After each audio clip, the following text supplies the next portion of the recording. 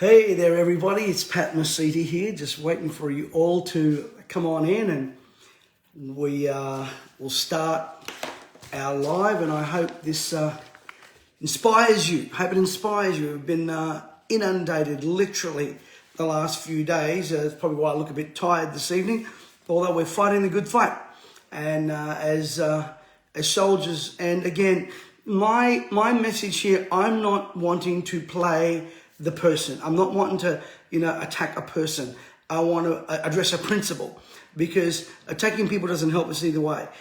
Although if a person's behind it, we need to speak out and we need to address things. We need to address real issues. And I'm sorry, but we're not doing it. Especially, and again, I met with some leaders today, and I know many of you out there, you're not of a Christian persuasion, but listen to me very carefully. When the church stands, we all benefit. When the church is protected, we all benefit. See, the freedom that is taken away from the church is going to be taken away from you eventually. Whether you're a Christian, Muslim, Buddha, atheist, those friends will be taken from you. And it always starts with one group of people. And I believe, under the leadership of our Prime Minister, and again, Scott, we love you, we're grateful for you, but I don't know what the agenda is. You're really dropping the ball on this one.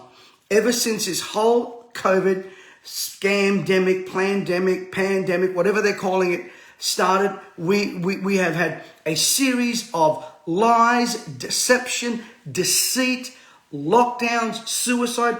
We're not quoting the number of people that are committing suicide. We're not quoting the number of people who are not only losing their jobs, but losing their sanity in mental health. We're just concerned about one case and we shut down 12 million people. 2 cases, we shut down a whole nation. We have become, Australia is the laughing stock of the world. And Mr. Morrison has the audacity to say we're leading the world. Where are we leading the world? In what capacity are we leading the world? We're not leading the world. You deceive yourself to think you're leading the world. And let that be said of you, not from you. It's my body and my choice. I'm not here to debate the ins and outs of vaccine. That's not what I'm about here. What I'm about is the freedom that is taken away from me, or a mandate that is imposed on me. And then people say to me, well, you're a Christian, you've got to obey the government. Well, I'm going to show you from the good book that people didn't obey the government. And please don't quote me Romans 13, because Romans 13, Paul has been imprisoned by the Roman Empire for doing what they told him he couldn't do. And when he writes Romans 13, here's what he's saying: that government is good. Government is good because otherwise you have anarchy. And government is good because it should do good. Now, when it doesn't do good, you got to call it out. Oh, I don't believe as leaders we should be calling it out. Well, tell that to Samuel the prophet. Samuel the prophet called out both of them, David and Saul. We don't want to do that. I'm not asking. And see, here's the thing that we think in this day and age. We have become so woke. And I'm going to tell you, woke Jesus is a figment of someone's imagination. Woke Jesus is a figment of a culture that is shift and a council culture. He does not exist. Jesus is a polarizing character. And again, this is not about a preach here. I'm using this by means of illustration. And when we have freedoms taken away, that's something that not even the Almighty does. And I want to show you some of the lies. One Nation Senator Malcolm Roberts said this, and he's right. On August 2020, our Prime Minister Scott Morrison said that he would not make the vaccines mandatory. Yet, on the 28th of June 2021, he basically said it's going to be mandatory, even or especially for aged care workers. Now, I want to say something about this aged care worker thing. Firstly, we don't have enough aged care workers anyway. Then there are people that want to do something with conscience. You are allowed in Parliament to have a conscious vote, but I can't have a choice, a vote over my body. And I'm going to tell you why I've got a problem with that. You see, the reason is that Mr. Morrison cannot mandate this nationally. He cannot mandate vaccinations on the Federation, on the Commonwealth. The only people that have the power to do that is your state premiers. And what you're seeing is our Prime Minister, our elected Prime Minister of Australia, what he is doing, the sacred cow of the Pentecostal ACC, the untouchable one, and here's what they think. They think that correction means disapproval. Not at all. Read the Bible. I mean, if we remember that, if we remember to read that, whom the Lord loves, he disciplines. Believe me, I've been disciplined by these very same people that won't speak up. By these very same people that won't speak up. 50% of this country calls themselves Christians. A lot of them in Pentecostal and Baptist. And where are the Baptist movement? Where are you all? I'm stopped on the street on doing a rant here. And I know me say, oh, Pat's all emotional. Well, I'm Italian. Stop being scared of emotion. You don't need to take my pulse to know that I'm alive. I'm telling you right now. And you don't need to show me a scam when there is one, or a lie when there is one. You said, Scott Morrison, it wasn't going to be mandatory. Why would we believe you now? Do you know why these people aren't going in the droves to be shot in the arm? Because they're not believing it. And the other thing is, Australians, we are damn lazy. We've got this she'll be right attitude. Well, let me answer this question. As part of the largest clinical vaccination trial, as Greg Hunt, and Facebook, you blocked me on this one. This is Greg Hunt said this. Greg Hunt, he said this was a trial. Well, it's more of a trial in more ways than one, Mr. Hunt. It's not only a clinical trial, it's a spiritual trial. It's a trial about our testing of our faith, of our endurance. But we want to get it up to 70%. I want to ask you a question, Mr. Morrison. What are you going to do with the 30% of us that don't get vaccinated? What are you going to do with them, Matt Palaszczuk? What are you going to do with them? What are you going to do with them, Mr. Albanese? What are you going to do with them, Mark McGowan? What are you going to do with them? My friend that every time South Australia speaks, he looks like a turtle that just woke up. What are you going to do with the 30 and 20%?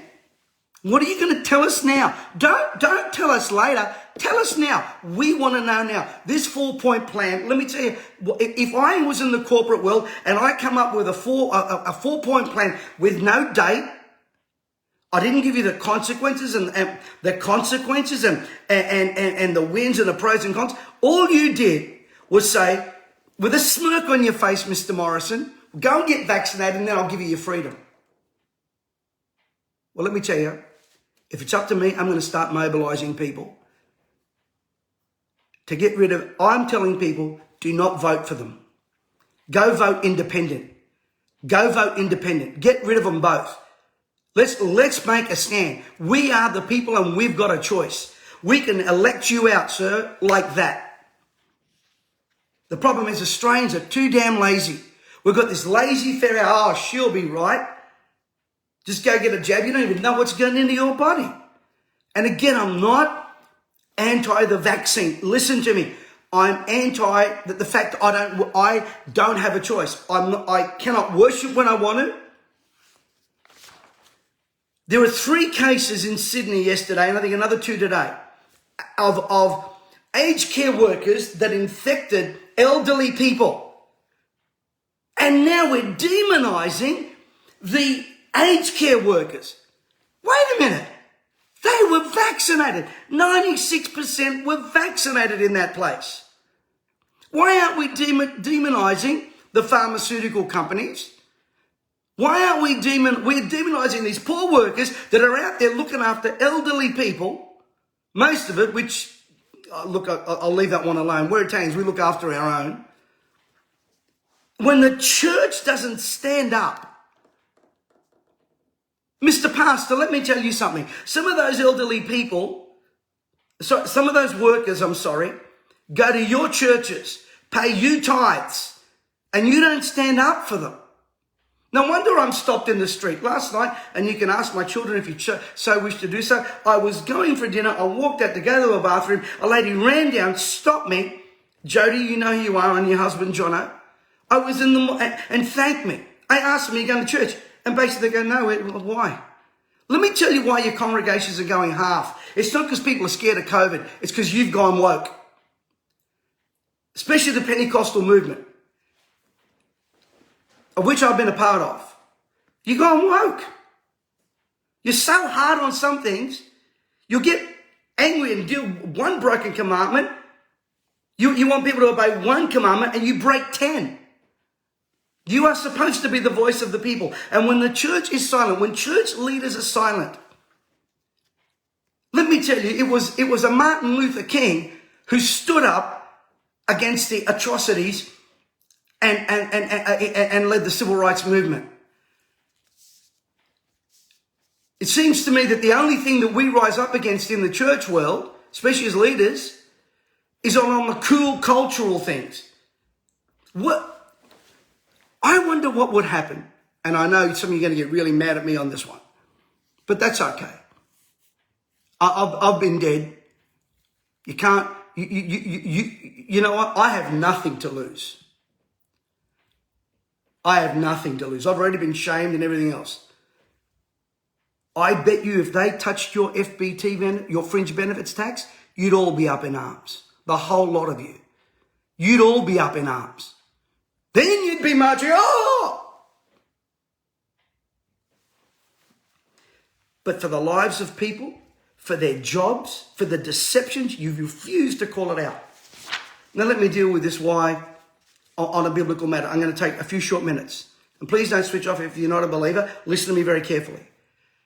Firstly, this body is a temple of the Holy Spirit.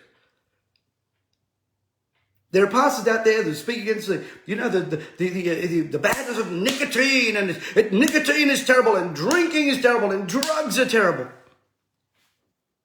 Have you seen some of the statistics? 6,000 dead in America. This is my body. This is the temple of the Holy Spirit. Right now, it probably looks more like a warehouse. But this is a temple. That's number one. Number two, when can I disobey government? Romans 13. Well, Daniel disobeyed the government of his day. There was a royal mandate, and the only thing they could find against him was in the area of his God. That's the only thing now with the church are doing the same things. Shut your mouth, put a mask on, can't sing, can't even live stream sing. It's interesting that one Pentecostal leader in this country 2 times sends out 2 tweets and the government changes their mind. Imagine what we could, and that's good. Listen to me. Don't interpret my passion as an attack. That's great. More of that. Your congregations are saying, about time, Pastor. About time, Reverend. About time, Father John, whatever. This is what your congregations are waiting for. They're waiting for you to speak up. You say, we need to stand. Well, how do we stand? Well, let me tell you how to stand. Number one, if you are a member of any of the major political parties, withdraw your membership and write to them and tell them. Tell them you're going to go independent.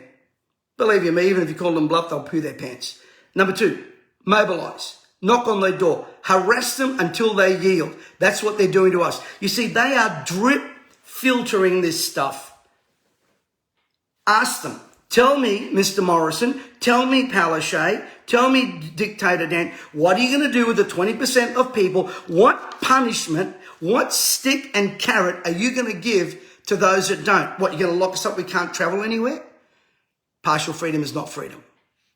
Now let me get back to this. Daniel refused the king's decree. He opened the window, watch this, and prayed 3 times a day. He didn't turn the volume down. He turned it up. And that's why God delivered him. The Christians and the Romans. This very same writer, Paul, who was under house arrest and in prison, writes about submitting to governing authorities because he says they're good. And they're there to be good. They're there as a means, not of terror. Read it. They're not there to induce terror. Read it. Read the book right.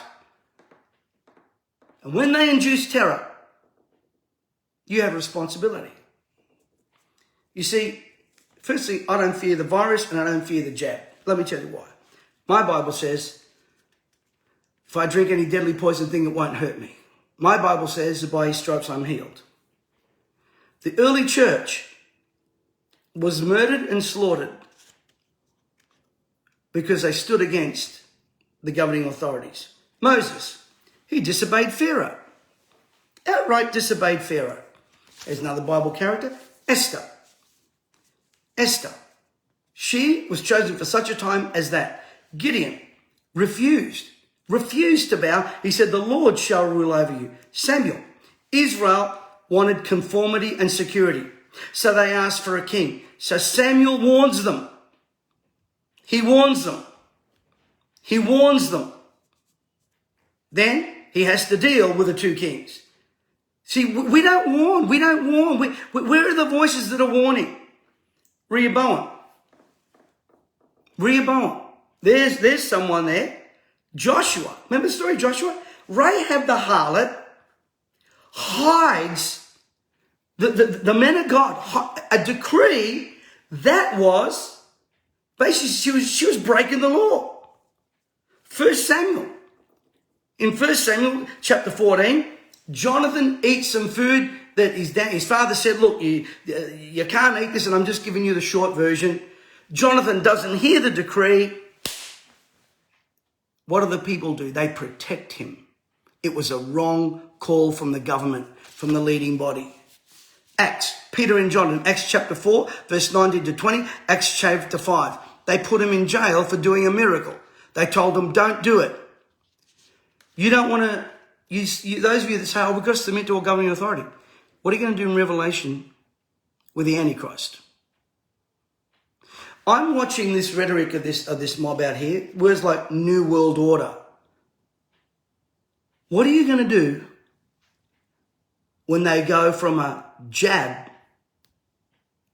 to a mark? They're rolling it out slowly. Oh, Pat, do you believe in that? Yes, I do.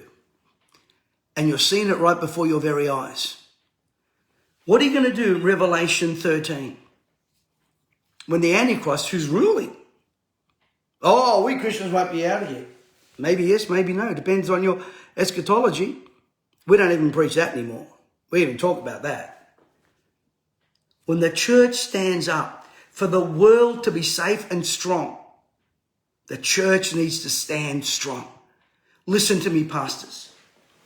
It was the men and women of God who spoke out against slavery. Now, that's pretty woke today, so we're okay with that. It was men and women of God that spoke out against racism. That's pretty woke today, and we're okay with that. It's men and women of God that spoke up for education in children. Sunday school was the forefather of the education system that we have now. And right now, I'm pleading with you from your pulpits, from your television shows that your congregation pays for, tax-free to you, but they got to pay tax. Speak up for your people. Stand up for your people. I met with pastors today. I've been on the phone to pastors all weekend. Some of you that are leading denominations, your pastors under you are waiting for you to rise up. I could mention some of the denominations and some of the leaders, but it's not my place. You know exactly who you are. And there's so many of you anyway. You must speak. This is my body. It's my choice. When the church is silent, I forget who it was that said, for evil to triumph, all good men to do is to be silent. We ended slavery. We've fought against racism even still to this day. Now, will you fight for the right of people over their own bodies? Will you fight against the lies and the lockdowns? People are exhausted. After all, I think that's actually part of the plan. To exhaust them that much where they say, you know what, give us whatever you want. Shoot us, jab us, mark us, put a microchip. We just want our freedoms back. I've got people now saying, I so want to travel to see my children, I'll do whatever. Are you kidding me? We must stand. And please, if you're pro-vaccine or anti, don't fight against each other. Fight the system. Because the system that, if you're pro-vaccine, the system that stops someone, that someone's fighting against, that very same system is going to eventually take away your rights of what you've got. Freedom must be freedom. We want our rights to open our churches back. We want our rights to be able to sing without a mask. We're tired of the lockdowns over 1 and 2 people. We're tired of the lies. We're tired of the deception. And I'm telling you, people are going to start rising up. They'll vote. They'll do more than vote. They'll vote with their feet. They'll vote with their tithe. They'll vote in the political system. And they'll start. You see, change either happens by revival or revolution. And I'm telling you, there's a spiritual revolution coming. And there's a revolution against the current system of politics. A two-party system the way we've got. We've got Tweedledee and Tweedledum. Well, let's show them. Write to them. Phone them. Bombard them with texts and emails until the exhaustion we feel, they feel. And remember, government is our servant. Government is not our master. Sadly, they need to remember that. Mr. Morrison, stop giving more power to the states and start leading our elected father of the country. God bless you, everyone. Hey, listen, I'm new to this and I've been overwhelmed. Thank you for all your support, your kind words. Look, if you put anything negative here that's going to be, nonsense stuff, I'm going to block and delete you. And if it's anything derogatory, look, we're not tolerating stuff like that. My legal people are watching as well. So this is my platform. If you don't like what I say, get off. Get off. You don't need to be here. Go find someone else's platform. I'm only going to warn people once on that one. And the other thing, I want to thank everyone for your support. I want to thank you for your support. It's wonderful. Now, please support your pastor. Tell him you believe in him. Tell him to rise up. Your priest, your minister, whoever, tell them. Write to them. Email them. Now, of course, if you could go to our YouTube and press like and subscribe and that little bell, that would be really cool as well. And thank you for all support yesterday in our reborn. It was wonderful. Remember, go across to our YouTube page, like, subscribe, and share. And same with this video. Could you share it? Could you share it? Our last 2 videos have gone absolutely viral. People all over the world are contacting us and cheering us on. And it's because of you. It's because of you. Good people doing good stuff. Good people doing good stuff. And, I know that my speeches here aren't the most eloquent. And yes, I am passionate. And we must not be afraid of passion. Passion has got to be channeled. And I want to extend a thanks to all of you that have been supportive. Can you please get out there, share it all over the world.